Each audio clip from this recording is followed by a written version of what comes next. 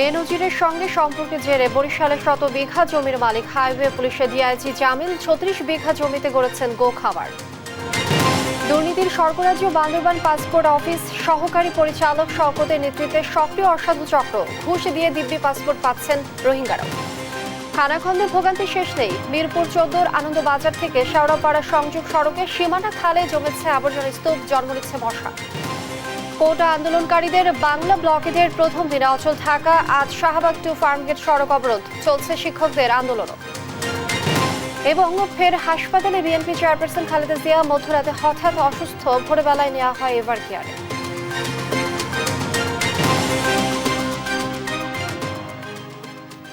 দেখছিলেন শিরোনাম সংবাদ সকালে, সঙ্গে আছি আমি লিনিয়া আফরোজ। বেনজিরের সঙ্গে সুসম্পর্কের সুবাদে বরিশালের উজিরপুরের সম্রাট বনে গেছেন হাইওয়ে পুলিশের ডিআইজি জামিল হাসান। কিনেছেন 40 একর জমি, 30 বিঘার উপর বাংলো বাড়ি আর 36 বিঘা জমির উপর গড়েছেন গরুর খামার। ঢাকায় মিলেছে একাধিক ফ্ল্যাট। টিআইবি বলছে, সরকার তৎপর না থাকলে কর্মকর্তাদের দুর্নীতি নিয়ন্ত্রণ সম্ভব নয়। বিস্তারিত শাহাদ নিশাদের রিপোর্টে। সাবেক পুলিশ মহাপরিদর্শক বেনজির আহমেদ এবং সাবেক ডিএমপি কমিশনার আসাদুজ্জামান মিয়া সহ বিভিন্ন পর্যায়ে দুর্নীতি আর বিপুল পরিমাণ অবৈধ সম্পদের তথ্য আসছে একের পর এক। এর তালিকায় নতুন যুক্ত হলেন বরিশাল রেঞ্জের সাবেক ডিআইজি জামিল হাসান। 20তম BCS cadre Jamil Hasan resort করার জন্য বরিশাল উজিরপুরের দক্ষিণ রাজাপুর গ্রামে জমি কিনেছেন 40 একর। নিজের পৈতৃক বাড়িটি নতুন করে গড়েছেন 30 বিঘা জমির ওপর। পাশেই গড়েছেন অন্তত 36 বিঘা জমির ওপর গরুর বিশাল খামার, সঙ্গে আছে গরুর হাট। সে হাটের ইজারা নেয় তার পরিবার। এর বাইরেও রাজধানী খিলগাঁও প্রধান সড়কে ও বনশ্রী আবাসিক এলাকার পুলিশ পার্কেও ফ্ল্যাট রয়েছে জামিলের। সাবেক আইজিপি বেনজির আহমেদের ঘনিষ্ঠ হওয়ায় মাত্র কয়েক বছরে তিনি বিশাল সম্পদের মালিক হয়েছেন বলে অভিযোগ রয়েছে। এদিকে ডিআইজি জামিল হাসানের অবৈধ সম্পদ অনুসন্ধানে দুর্নীতি দমন কমিশনে আবেদন করেছেন সুপ্রিম কোর্টের আইনজীবী মোহাম্মদ জিয়াউদ্দিন। আমরা দুদকের অপেক্ষায় থাকব এবং দেখব তারা কি করে, সেই অনুযায়ী আমরা আমাদের পরবর্তী স্টেপ নেব। আর টিআইবির নির্বাহী পরিচালক বলেন, ক্ষমতার অপব্যবহার ছাড়া বৈধ উপার্জন দিয়ে এত সম্পদ অর্জন করা সম্ভব নয়। এ নিয়ে সরকারের আরো কঠোর হতে হবে। এই যে ক্ষমতার অপব্যবহার, এই যে প্রাতিষ্ঠানিক ক্ষমতা, তার সাথে রাজনৈতিক ব্লেসিং এর যে ক্ষমতা, দুইটির সংমিশ্রণে তারা যে অপব্যবহার করে সম্পদের মালিক হয়েছেন অবৈধ প্রক্রিয়ার মাধ্যমে, বৈধের সাথে অসামঞ্জস্যপূর্ণভাবে, সেটি ধরাছোঁয়ার বাইরে থাকছে। এই কারণে এটা বিকশিত হচ্ছে। এদিকে অভিযোগের পর ডিআইজি জামিলকে হাইওয়ে পুলিশ বিভাগে বদলি করা হয়েছে। তবে পুলিশ কর্মকর্তাদের একের পর এক দুর্নীতির খবর দেশের জন্য অশনি সংকেত বলে মনে করেন বিশিষ্টজনরা। আমাদের যারা রয়েছেন মনিটরিংয়ে, তারা যদি এই বিষয়টি লক্ষ্য করেন তাহলেই কিন্তু এরকম ঘটতে পারে না, এবং এ সমস্ত কর্মকাণ্ডের যদি দ্রুত বিচার হয় তাহলেও কিন্তু এটি একেবারে বন্ধ হবে না আমরা জানি, কিন্তু কমিয়ে রাখা সম্ভব হবে। তারা যদি এই নৈতিকতা বিবর্জিত যে কাজ করছে, এটা আমি ব্যক্তিগতভাবে লজ্জিত হলেও এটা সারা দেশ তাদের এই ধ্বংসের সুফল বা কুফল যাই বলে সেটা ভোগ করবে। এটা আমাদের জন্য দুঃখজনক। দুর্নীতি নিয়ন্ত্রণে কর্মকর্তাদের উপর কঠোর নজরদারির পরামর্শ দেন তারা। তাদের যে সম্পদের পরিমাণ, এটি খুবই অসঙ্গতিপূর্ণ। তো এইটি আসলে রাষ্ট্রের জন্য একটি বড় ধরনের অশনি সংকেত। সুশাসন প্রতিষ্ঠা করতে হবে এবং তাদেরকে জবাবদিহিতার জায়গায় নিয়ে আসতে হবে, এবং নৈতিক যে শিক্ষা, এই নৈতিক শিক্ষা আবার বলিয়ান হয়ে এই দেশের সেবক হতে হলে প্রকৃত সেবক হয়েই দেশের সেবা করতে হবে। সাদাত নিশাদ, দেশ টিভি, ঢাকা। ছাগলকাণ্ডের আলোচিত সাবেক রাজস্ব কর্মকর্তা মতিউর দেশ ত্যাগ করতে পারেনি বলে জানিয়েছেন দুদকের আইনজীবী খুরশিদ আলম খান। তিনি বলেন, যদি তার সম্পদ বিক্রি কিংবা ব্যাংকের টাকা তুলে নেয়ার মতো ঘটনা ঘটে তাহলে সেটিও খুঁজে জব্দ করা হবে। এদিকে সাবেক আইজিপি বেনজির আহমেদের সম্পদের অনুসন্ধান শেষ পর্যায়ে বলেও জানান এ আইনজীবী। সাবরিনা মজুমদারের রিপোর্টে বিস্তারিত। বংশমর্যাদা সম্পূর্ণ একটি ছাগলই যেন একটি নিশ্চিত ভবিষ্যতের দ্বার বন্ধ করে দিল। ঈদুল আজহায় 15 লাখ টাকায় ছাগল কেনার ভিডিও সোশ্যাল মিডিয়ায় দেওয়ার পরেই শুরু হয় তোলপাড়। এই ছাগল নিয়ে অনুসন্ধান করতে করতেই বের হয়ে আসে জাতীয় রাজস্ব বোর্ডের সাবেক কর্মকর্তা মতিউর রহমানের অবৈধ সম্পদ এবং তার ছত্রছায়ায় বেড়ে ওঠা দুর্নীতিবাজদের তালিকা। এরই সূত্র ধরে মতিউর রহমান ও তার স্ত্রী সন্তানদের নামে থাকা 866 শতক জমি ও ঢাকার 4টি ফ্ল্যাট জব্দের আদেশ দিয়েছে আদালত এবং সেই সাথে তিনি, তার স্ত্রী লায়লা কানিজ ও ছেলে আহমদ তৌফিকুর রহমানের বিদেশ যাত্রায় নিষেধাজ্ঞা দেওয়া হয়েছে। তবে মতিউর রহমান এর আগেই দেশ ত্যাগ করেছেন এমন সংবাদ নিয়ে চলছে নানা আলোচনা সমালোচনা। দুদকের আইনজীবী জানালেন, তথ্য উপাত্ত বলছে সাবেক রাজস্ব কর্মকর্তা মতিউর দেশ ত্যাগ করতে পারেননি। না, আমাদের যতটুকু ইনফরমেশন উনি দেশ ত্যাগ করতে পারেননি, আমাদের ইনফরমেশন। যদি তার সম্পদ বিক্রি কিংবা ব্যাংকের টাকা তুলে নেওয়ার মতো ঘটনা হয় তাহলে সেটিও খুঁজে জব্দ করা হবে বলেও জানান তিনি। উনি যদি টাকা উঠিয়ে নিয়ে যায় ও সেই টাকা কোথায় গেছে সেটা ট্রেস আউট করার সুযোগ আছে, এবং উনি যদি কোনো সম্পদ কারো কাছে বিক্রিও করে দেয়, অ্যাপার্টমেন্ট যদি বিক্রিও করে দেয়, সেটাও আইনের আওতায় আনা হবে এবং সেটাও সম্পৃক্ত অপরাধ হিসেবে গণ্য হবে।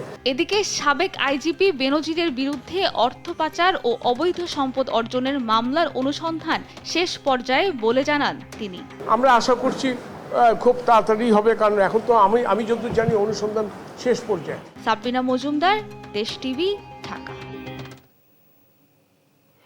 অনিয়ম দুর্নীতির স্বর্গরাজ্য বান্দরবান পাসপোর্ট অফিস, যেখানে ঘুষ দিয়ে যে কেউ বানিয়ে নিতে পারে পাসপোর্ট। এমনকি রোহিঙ্গা সদস্যরাও মোটা অঙ্কের ঘুষের বিনিময়ে এখান থেকে পাসপোর্ট বানিয়ে নেওয়ার অভিযোগ রয়েছে। আর এসব অভিযোগের তীর জেলা পাসপোর্ট অফিসের সহকারী পরিচালক শওকত কামাল সহ তার সিন্ডিকেটের দালাল চক্রের বিরুদ্ধে। সহকর্মী আবুল বাশা নয়নের তথ্যচিত্রে ডেস্ক রিপোর্ট। পাসপোর্ট ফর্মে লিপিবদ্ধ তথ্য অনুযায়ী এই নারীর বয়স 17, চেহারার অবয়ব দেখে মনে হয় 25 ঊর্ধ্ব। ঠিকানায় কক্সবাজারের টেকনাফের বাসিন্দা, কিন্তু পাসপোর্ট করতে এসেছেন বান্দরবানে।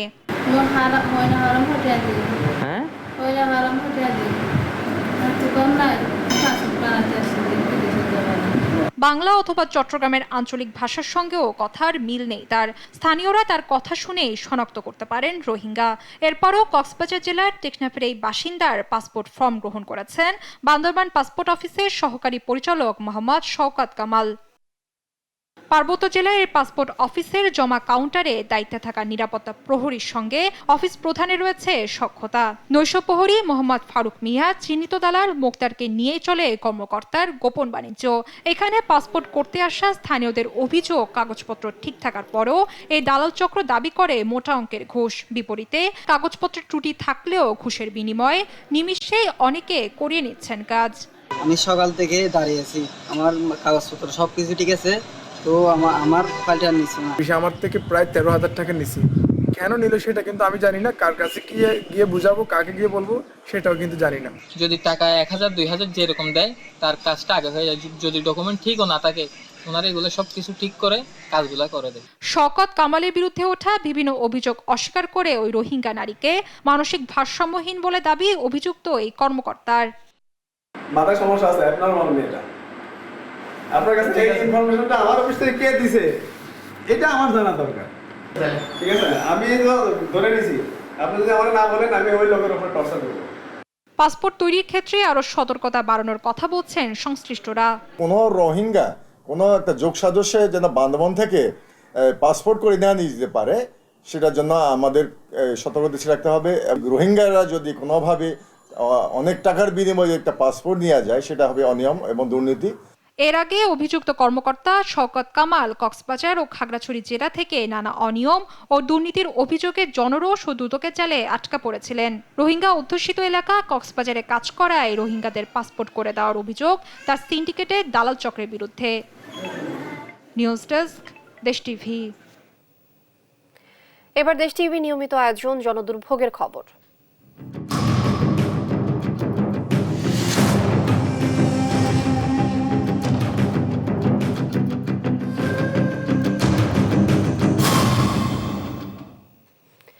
রাজধানী মিরপুর 14 নম্বরের আনন্দবাজার থেকে শেওড়াপাড়া সংযোগটি প্রায় বছর খানেক যাবৎ বেহাল অবস্থায় রয়েছে। 5 মিনিটের বৃষ্টিতেই ভাঙাচোরা সড়কে চলাচলকারী যানবাহনগুলোকে চলতে হয় ঝাঁকুনির মধ্যে। গর্তে পানি জমে তৈরি হয় বাড়তি ভোগান্তি। আর ডিএনসিসির 13 ও 14 নম্বর ওয়ার্ডের সীমানা খালে জমেছে আবর্জনার স্তূপ। পানি প্রবাহ না থাকায় জন্ম নিচ্ছে মশা। বিস্তারিত ইফতেখার রিপোর্টে। রাজধানীর মিরপুর এলাকার আনন্দবাজার থেকে শেওড়াপাড়া পর্যন্ত মহল্লার ভেতর দিয়ে সাপের মতো এঁকে বেঁকে চলা প্রায় 1 কিলোমিটার সড়কটির বেশিরভাগই ভাঙাচোরা, আর সামান্য বৃষ্টিতেই গর্তে জমে পানি। এলাকাটি ঢাকা উত্তর সিটি কর্পোরেশনের 14 নম্বর ওয়ার্ডের অধীন। প্রতিদিন সড়কটি দিয়ে লাখখানেক মানুষের চলাচল। সড়কের এমন দশায় নাজেহাল এলাকার বাসিন্দারা। পিছনেই দেখেন এই যে অবস্থা, কি অবস্থা, পানি উঠে আছে, মানুষ ঠিক মতো চলাচলা করতে পারে না, রাস্তা খুবই করুণ অবস্থা। তো এখানে আমার মনে হচ্ছে এখানে দেখার কেউ নাই, দেখার কেউ থাকলে অবশ্যই এই রাস্তাগুলো ভালো হয়ে যেত আশা করি। পানি হলে রাস্তায় পানি জমে থাকে, হ্যাঁ, সাধারণ মানুষের চলাফেরা খুব অসুবিধা হয়ে গেছে ভাই। আমরা রিক্সা নিয়ে যেতে পারছি না, বাচ্চাদের নিয়ে স্কুলে যেতে পারছি না, ঠিক আছে, বিভিন্ন সমস্যার সম্মুখীন হতে হচ্ছে। সড়কটি দিয়ে অনেকটা লাফিয়ে চলে রিক্সা সহ অন্যান্য যানবাহন। এতে বেশি ভোগান্তির মুখে পড়েন নারী ও শিশুরা। ঘটে ছোট বড় দুর্ঘটনাও। টাল ভাঙাইতে নিব 100 টাকা, তাহলে মনে করেন যে আমাকে প্রত্যেক একটা টালে এবারে যে 250 টাকা খরচা আছে। আমাদের স্কুলে যেতে গেলে সমস্যা বলতে গেলে মানে জুতা ভিজে যায়, জামা কাপড় ভিজে যায়, পরে স্যাররা এরকম বকা দিতেই থাকে। অনেক কষ্ট হয় চলতে, মনে করো বাড়িতে পারি না, বাসায় উঠতে জায়গা, এদিকে সবাই বাসায় বাসায় পানি উঠতে জায়গা, 3-4 থাকা যায় না। অনেক বাচ্চা বাইসা যায়, দৌড়ালা হওয়া লাগে, বাচ্চারা বাইরে পানি শুতে বাইসা যায়। এলাকাটির মধ্য দিয়ে যাওয়া 13 ও 14 নম্বর ওয়ার্ডের সীমানা খালটি নিয়মিত পরিষ্কার করা হয় না বলে অভিযোগ স্থানীয়দের। এতে আবর্জনা জমে খালে পানি প্রবাহ বন্ধ হয়ে যাওয়ায় জন্ম নিচ্ছে মশা, ছড়াচ্ছে দুর্গন্ধ। এখানে 2 বছর আপনার অবস্থা খারাপ আছে, এত মশার সাইজ বড়, খুব দুর্গন্ধ লাগে, অসুবিধা। আর বিশেষ করে অসুবিধা হয় বৃষ্টির দিনে, একটু বৃষ্টি হলেই একদম পানি দিয়ে ভর্তি হয়ে যায়, একদম মানে যাতায়াত খুব কষ্টকর হয়ে যায়। এ বিষয়ে বরাবরের মতোই নানা পরিকল্পনা এবং আশ্বাসের ফুলঝুরি স্থানীয় কাউন্সিলরের। ওয়াসা কাজ করার কারণে সমস্ত রাস্তা কেটেছে, এবং ওয়াসা যখন আমাদেরকে ক্লিয়ারেন্স না দিবে, নো অবজেকশন সার্টিফিকেট না দিবে, তখন আমরা কাজটা করতে পারছি না। ওনাদের ছাড়া, নো অবজেকশন সার্টিফিকেট ছাড়া আমরা কাজটা হাতে পারছি না। এলাকাবাসীর প্রত্যাশা শিগগিরই এমন ভোগান্তি থেকে মুক্তি পাবেন তারা।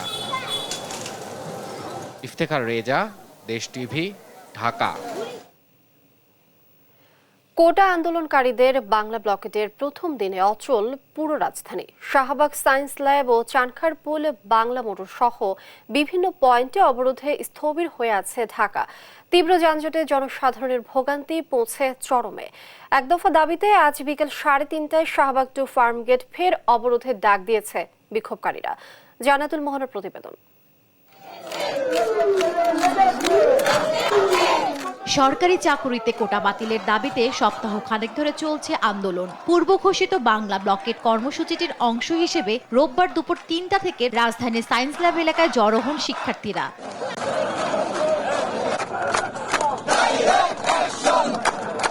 পরে চাংখারপুল শাহবাগ প্রদক্ষিণ করে কোটা বিরোধীরা অবস্থান নেয় বাংলা মোটর। সড়কে যান চলাচল বন্ধ করে এ সময় তারা স্লোগান দিতে থাকে।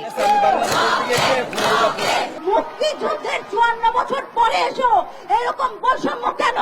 বর্তমানে যে বৈষম্যটা চলছে সেটার বিরুদ্ধে আমাদের আন্দোলন। দাবি আদায় না হওয়া পর্যন্ত আন্দোলন চালিয়ে যাওয়ার ঘোষণাও দেন তারা। যতদিন আমাদের এই বৈষম্যের অবসান না হবে, যতদিন আমরা দাবি পূরণ না হবে, ততদিন আমরা এই রাজপথে থাকবো। আমাদের এটা সবার ছেলেমেয়ের ক্ষেত্রেই প্রয়োজন। আমরা সেই ক্ষেত্রে চাই যে সব যৌক্তিক আন্দোলনগুলো মেনে নেওয়া উচিত। ফ্যামিলি যারা আছে, গার্জেন যারা আছে, এটা ভুক্তভোগী এবং এটা আন্দোলন সঠিক এবং সহমত প্রকাশ করছি আমরা সারা বাংলাদেশ ব্যাপী। রাজধানীর কয়েকটি গুরুত্বপূর্ণ সড়কে যান চলাচল বন্ধ হয়ে যাওয়ায় শহর জুড়ে দেখা দেয় তীব্র যানজট। এতে চরম ভোগান্তিতে পড়েন সাধারণ মানুষ। আমরা চাই যত তাড়াতাড়ি পারুক ওটা সমাধান হয়ে যাক, অন্তত সমাধান হয়ে গেলে এই ভোগান্তিটা আমরা। এখানে প্রায় 2 ঘন্টা হলো আমি দাঁড়ায় আছি, গাড়িতে প্রচন্ড গরম, গাড়ি থেকে অলরেডি নেমে আসছি। আমি চাই দ্রুত এটার একটা সমাধান হোক। রাস্তায় যাত্রী গাড়ি আটকায় দিছে, পাবলিকের ভাড়া ফেরত দিতে হয়েছে। এখন মনে করেন এই ঝামেলাটা তো আমরা চাই না, আমরা গরিব মানুষ, আমরা দিন আনি দিন খাই। সন্ধ্যায় আন্দোলনকারীদের তুলে নিয়ে যাওয়ার গুজব উঠলেও পরে সমন্বয়কারী বিষয়টি খোলাসা করেন। 4 ঘন্টা পর শাহবাগ থেকে উঠে যায় অবরোধকারীরা। পরে স্বাভাবিক হয় যান চলাচল। এবারে 4 দফা দাবি নয়, 1 দফা দাবি নিয়ে রাজপথে আন্দোলনের ঘোষণা দেন কোটা সংস্কার আন্দোলনকারীরা। সোমবার দুপুর 3:30টা থেকে রাজধানীর শাহবাগ টু ফার্মগেট ও গুরুত্বপূর্ণ সড়ক মহাসড়কে চলবে বাংলা ব্লকেট। জান্নাতুল মোহনা, দেশ টিভি, ঢাকা। প্রত্যয় পেনশন স্কিম প্রত্যাহারের দাবিতে বিশ্ববিদ্যালয় শিক্ষক কর্মবিরতি 2য় সপ্তাহে গড়িয়েছে। অচলাবস্থা কাটাতে নেই কোনো উদ্যোগ, তাই কবে নাগাদ পরিস্থিতি স্বাভাবিক হবে তা অনেকটাই অনিশ্চিত। দাবি আদায়ে আন্দোলন চালিয়ে যাওয়ার কথা বললেও দাবি পূরণ হওয়ার বিষয়ে সংশয় শিক্ষকরা। মাজহুল ইসলামের প্রতিবেদন। প্রাণচাঞ্চল্য ক্যাম্পাসগুলোতে এখন কেবলই শুনশান নীরবতা, নেই শিক্ষার্থীদের সরব উপস্থিতি। এজন্য এক ভিন্ন পরিবেশ দেশের উচ্চশিক্ষা প্রতিষ্ঠানগুলোতে। কবে নাগাদ ক্লাস পরীক্ষা শুরু হবে সেটাও অনিশ্চিত। আন্দোলনে থমকে গেছে দেশের উচ্চশিক্ষা প্রতিষ্ঠানগুলোর একাডেমিক এবং প্রশাসনিক কার্যক্রম। দীর্ঘ সময় পেরিয়ে গেলেও সরকারের উচ্চ মহল থেকে কোনো সংকেত না পাওয়ায় হতাশা ব্যক্ত করেন শিক্ষক নেতারা। কেন এই পরিস্থিতি সৃষ্টি হচ্ছে বারবার, এটাই দুঃখজনক। তারা কি মনে করেন 7 দিন ধরে ইউনিভার্সিটি পুরো বন্ধ আছে সারা দেশে, পাঠদান হচ্ছে, তার অর্থ পাঠদানের প্রয়োজন নাই, শিক্ষকের প্রয়োজন নাই, ছাত্ররা ক্লাস করতে পারছে তার প্রয়োজন নাই? আসলে দুঃখজনক। আমরা কি শক্তি প্রদর্শন করতে পারি? আসলে ওনারা কি মাসলম্যানদের বেশি পছন্দ করেন, রাস্তাঘাটে ভাঙচুর বেশি পছন্দ করেন? দুর্নীতিবাজরা দেশের হাজার হাজার কোটি টাকা পাচার করছে। সেসব টাকা ফিরিয়ে এনে শিক্ষকদের আগের পেনশন কার্যকরের আহ্বান জানান শিক্ষক নেতারা। কোন গণতান্ত্রিক রাষ্ট্রে এমনি করে বৈষম্য সৃষ্টি করার কোন পদক্ষেপ হতে পারে না। আমাদের খেয়ে পড়ে থাকতে দিন। আমরা তো হাজার হাজার কোটি চাই না, আমরা তো শত শত কোটি চাই না। যারা শত শত কোটি টাকা, কোটি কোটি টাকা, হাজার হাজার কোটি টাকা ব্যাংক থেকে নেয়, মানুষের অর্থ তছরূপ করে নেয়, জোর করে নেয়, তাদের অর্থ কেড়ে আনুন। সেই অর্থ দিয়ে রাষ্ট্রের এই সকল জায়গায় সেবা দিন, সেটি হবে উত্তম ব্যবস্থা। আন্দোলন নিয়ে বিভ্রান্তি ছড়ানোয় পেনশন কর্তৃপক্ষের তীব্র সমালোচনা করেন তারা। আমরা যে আন্দোলন করছি সেই আন্দোলন নিয়ে 3 ধরনের বিভ্রান্তি তৈরি করার চেষ্টা করা হচ্ছে। 3 ধরনের বিভ্রান্তি তৈরি করা হচ্ছে। প্রথম বিভ্রান্তি হচ্ছে যারা এই প্রত্যয় স্কিম তৈরি করেছেন তারা বলার চেষ্টা করছেন যে আমরা মাননীয় প্রধানমন্ত্রীর যে অসাধারণ উদ্যোগ, সর্বজনীন পেনশন স্কিমের যে অসাধারণ উদ্যোগ, সেটার বিপক্ষে দাঁড়িয়েছে। এটা একটা নিউক্লিয়াস যারা 2015 সালে ষড়যন্ত্র করেছে, যারা রাজতন্ত্রের মতো চলছে, রাজতন্ত্র চালাচ্ছে সরকারের ভিতরে থেকে 2024 তারা একই কায়দায় প্রত্যয় স্কিমে আমাদেরকে নিয়েছে। প্রত্যয় স্কিম বাতিল, শিক্ষকদের সুপার গ্রেডে পদোন্নতি এবং আলাদা বেতন কাঠামো গঠনের দাবি নিয়ে গত 2 জুলাই থেকে সর্বাত্মক কর্মবিরতি পালন করে আসছে 39টি বিশ্ববিদ্যালয়ের শিক্ষকরা। মাজহারুল ইসলাম, দেশ টিভি, ঢাকা। বিএনপির চেয়ারপারসন খালেদা জিয়াকে আবারও হাসপাতালে নেওয়া হচ্ছে। সোমবার ভোররাতে 4:20 দিকে তাকে রাজধানীর বেসরকারি এভার কেয়ার হাসপাতালে নেওয়া হয়। খালেদা জিয়ার ব্যক্তিগত চিকিৎসক অধ্যাপক ডাক্তার AZM জাহিদ হোসেনের বরাত দিয়ে দেশ টিভি নিউজকে এই তথ্য জানিয়েছেন বিএনপির মিডিয়া সেলের সদস্য শায়রুল কবির খান। তিনি বলেন, সোমবার রাত 3টার দিকে গুলশানের বাসভবন ফিরোজায় খালেদা জিয়া হঠাৎ অসুস্থ হয়ে পড়েন। পরে তাকে রাজধানীর গুলশানের বাসা থেকে জরুরি ভিত্তিতে অ্যাম্বুলেন্সে করে এভার কেয়ার হাসপাতালে নেওয়া হয়। এর আগে হাসপাতালে 10 দিন চিকিৎসাধীন থাকার পর গত 2 জুলাই গুলশানের বাসায় ফেরেন খালেদা জিয়া। গত 25 জুন এভার কেয়ার হাসপাতালে তার হৃদযন্ত্রে পেসমেকার বসানো হয়।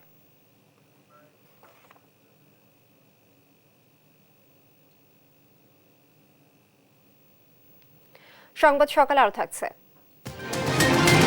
ঘুষ না পেলে কাজ করেন না সাতক্ষীরা শ্যামনগর ভূমি অফিসের সার্ভেয়ার সজল, তার কর্মকাণ্ডে অতিষ্ঠ সেবাগ্রহীতারা।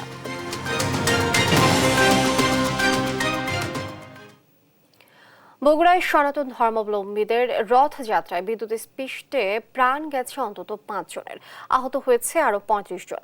রোববার বিকেল 5টার দিকে শহরের সেউজগাড়ি আমতলী মোড় এলাকায় ঘটে এই মর্মান্তিক দুর্ঘটনা।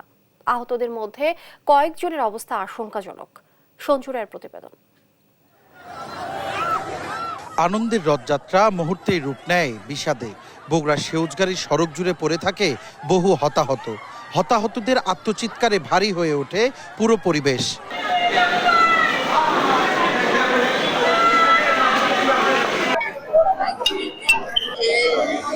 প্রত্যক্ষদর্শীরা জানায়, রোববার বিকেলে বগুড়া শহরের সেউজগাড়ি ইস্কন মন্দির থেকে কয়েক হাজার মানুষ বের হয় রথযাত্রায়।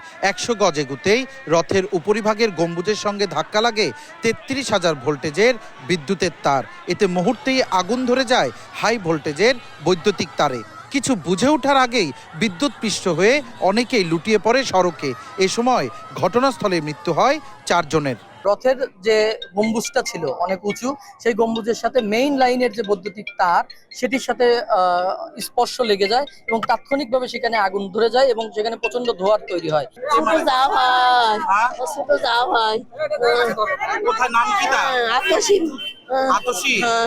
অনেকে আহত ছিল, তার মধ্যে আমার ভাইটা মারা গেল এই মাত্র।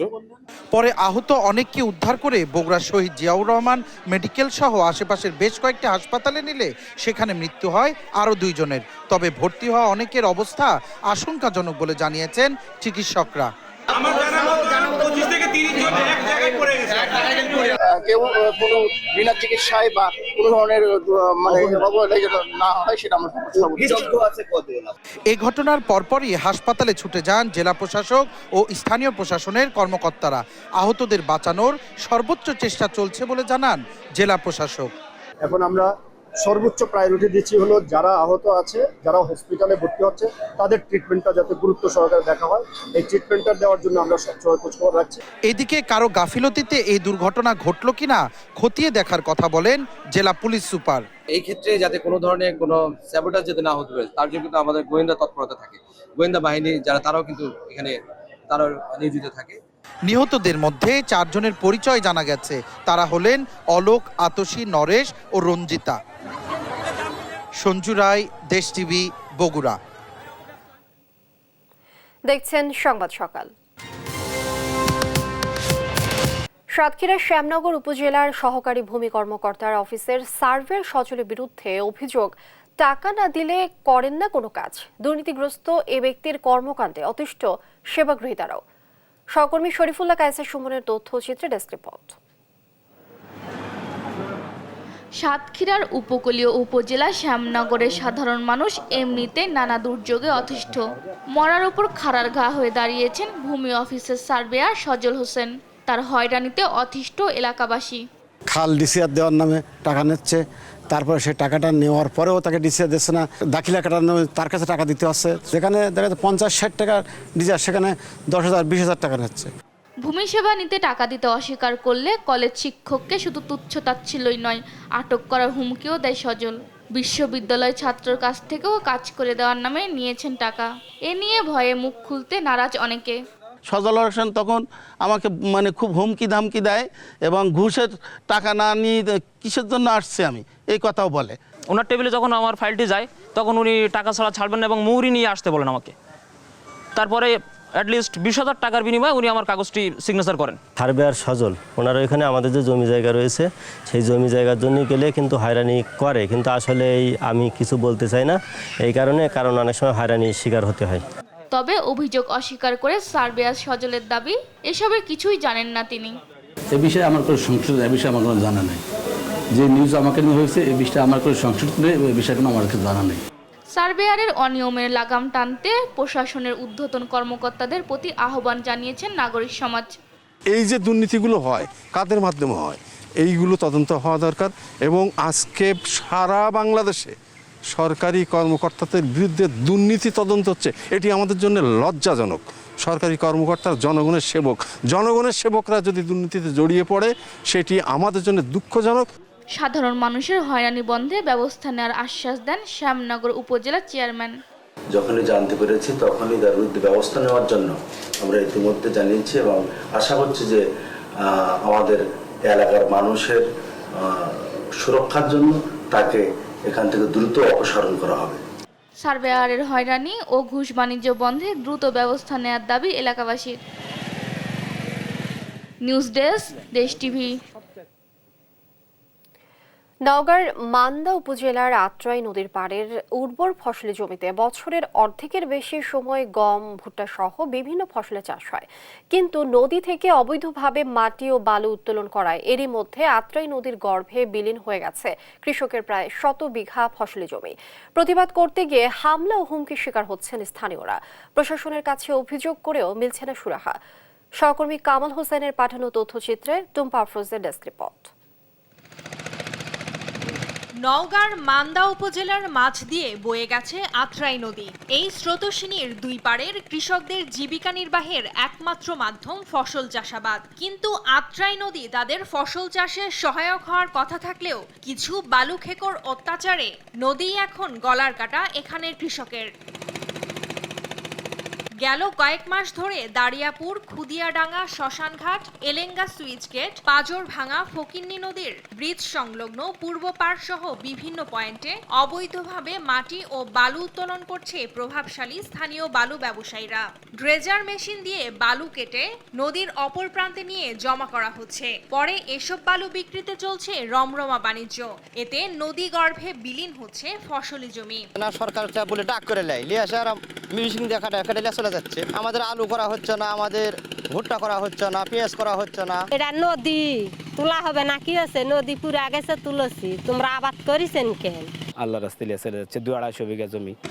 ভুক্তভোগী কৃষক ফসলি জমি রক্ষায় ইউএনও এসিল্যান্ড দপ্তরে অভিযোগ প্রতিবাদ সভা, মানববন্ধন সহ বিভিন্ন কর্মসূচি করলেও বালু দস্যুদের বিরুদ্ধে কোনো ব্যবস্থা নেওয়া হয়নি বলেও অভিযোগ কৃষকের। প্রচুর অভিযোগ জানা কাম হয়নি, ওদের শক্তি বেশি।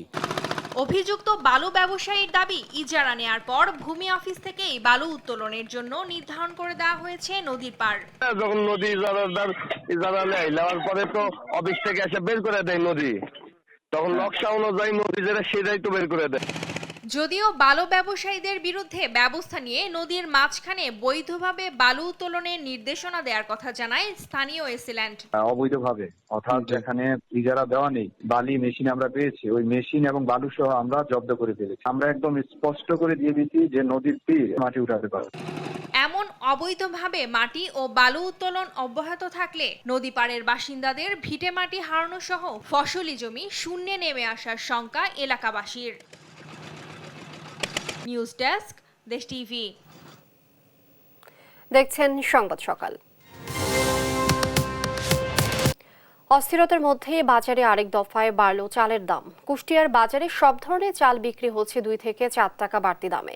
কোনো কোনো চালের দাম আবারও বেড়েছে 10 টাকার উপরে। এই নিয়ে মিল মালিকরা বলছেন, বাজারে ধানের দাম বৃদ্ধি পাওয়ায় বাড়ছে চালের দাম, আর দফায় দফায় এমন চালের দাম বৃদ্ধিতে ক্ষুব্ধ সাধারণ ভোক্তারা। ইরফান রানার ক্যামেরায় কুষ্টিয়া থেকে নাহিদ হাসান তিতাসের রিপোর্ট। বোরো ধানের মৌসুম শেষ হতে না হতেই আবারও বাড়তে শুরু করেছে চালের দাম।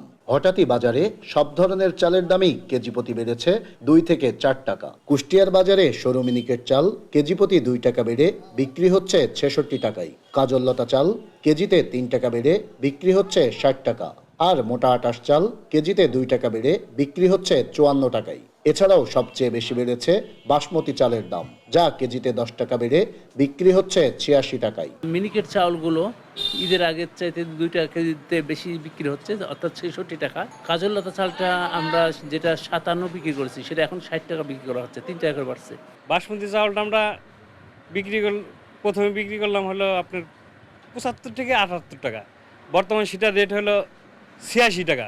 আমাদের জেলা প্রশাসক মহোদয় বলে দিয়েছেন যে আপনারা কেজিতে 2 টাকা লাভ করবেন, সেক্ষেত্রে আমরা 2 টাকা লাভেই বেচছি।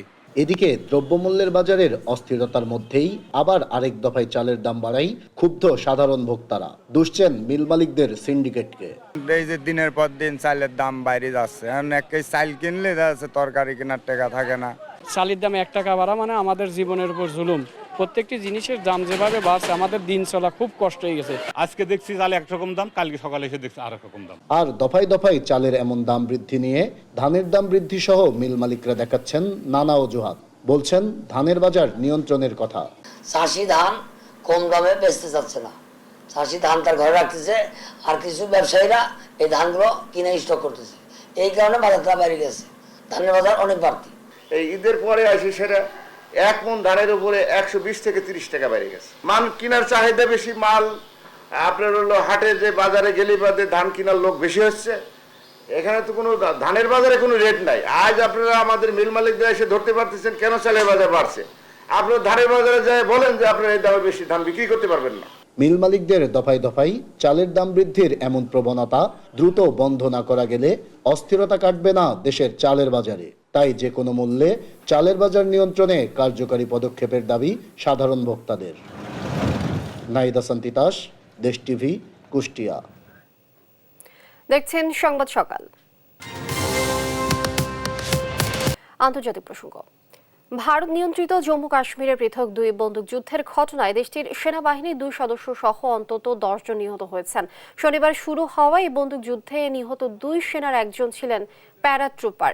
এই ঘটনায় আরও 1 সেনা আহত হয়েছেন বলে জানিয়েছে স্থানীয় পুলিশ।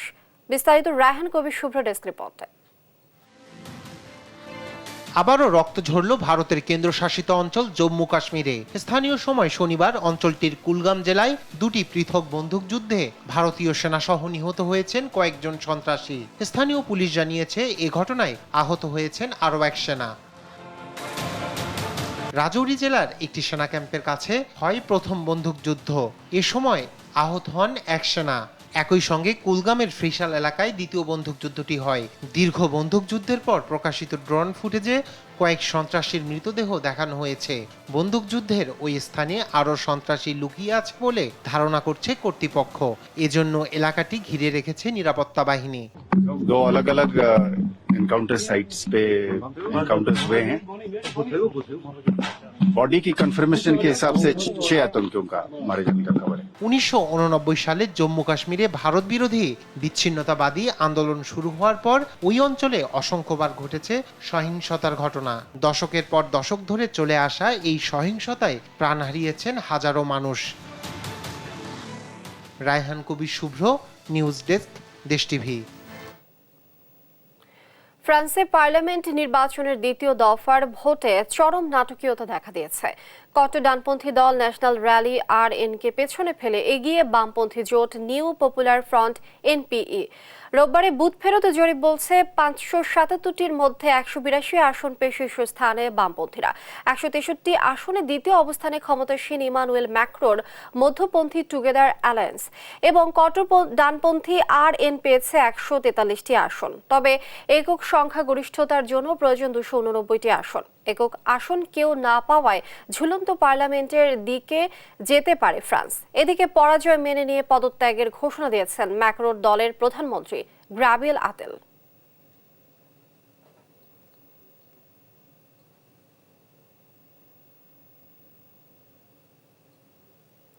এবার খেলা সংবাদ।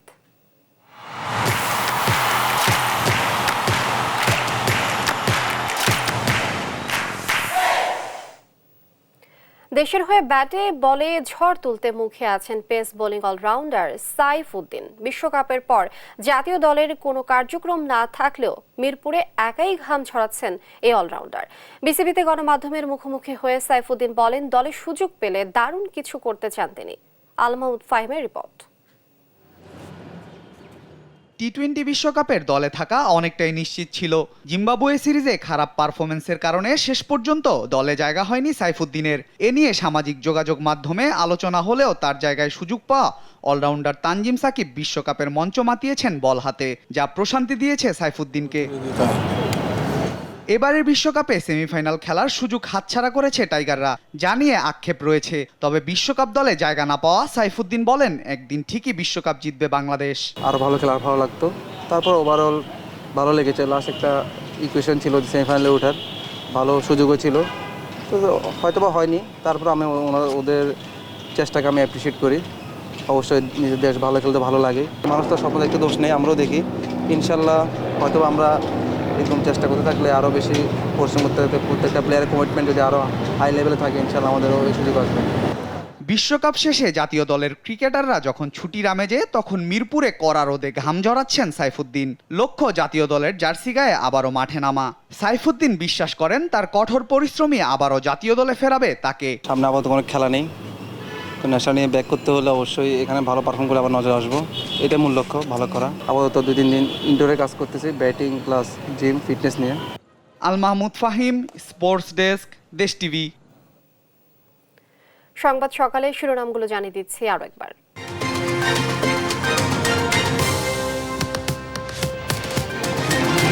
বেনজিরের সঙ্গে সম্পর্কের জেরে বরিশালে 100 বিঘা জমির মালিক হাইওয়ে পুলিশে ডিআইজি জামিল। 36 বিঘা জমিতে গড়েছেন গো খামার। দুর্নীতি স্বর্গরাজ্য বান্দরবান পাসপোর্ট অফিস। সহকারী পরিচালক শওকতের নেতৃত্বে সক্রিয় অসাধু চক্র, ঘুষ দিয়ে দিব্যি পাসপোর্ট পাচ্ছেন রোহিঙ্গারাও। খানাখন্দে ভোগান্তি শেষ নেই। মিরপুর 14 আনন্দবাজার থেকে শেওড়াপাড়া সংযোগ সড়কে সীমানা খালে জমেছে আবর্জনা স্তূপ, জন্ম নিচ্ছে মশা। কোটা আন্দোলনকারীদের বাংলা ব্লকেটের প্রথম দিনে অচল ঢাকা, আজ শাহবাগ টু ফার্মগেট সড়ক অবরোধ, চলছে শিক্ষকদের আন্দোলন। এবং ফের হাসপাতালে বিএনপি চেয়ারপারসন খালেদা জিয়া, মধ্যরাতে হঠাৎ অসুস্থ, ভোরবেলায় নেওয়া হয় এভার কেয়ারে। এই ছিল এখনকার সংবাদ সকাল, পরে বুলেটিন দেখার আমন্ত্রণ রইল। এছাড়া দেশ টিভি সর্বশেষ সব খবর পেতে ভিজিট করুন www.desh.tv। ফেসবুকে আমাদের সঙ্গে যুক্ত থাকুন দেশ টিভি অথবা দেশ টেলিভিশন পেজে। এছাড়াও সর্বশেষ সব ভিডিও পেতে ইউটিউবে আমাদের হ্যান্ডেল @দেশ টেলিভিশন অথবা @দেশ টিভি নিউজ লিখে সার্চ করুন। ধন্যবাদ সবাইকে।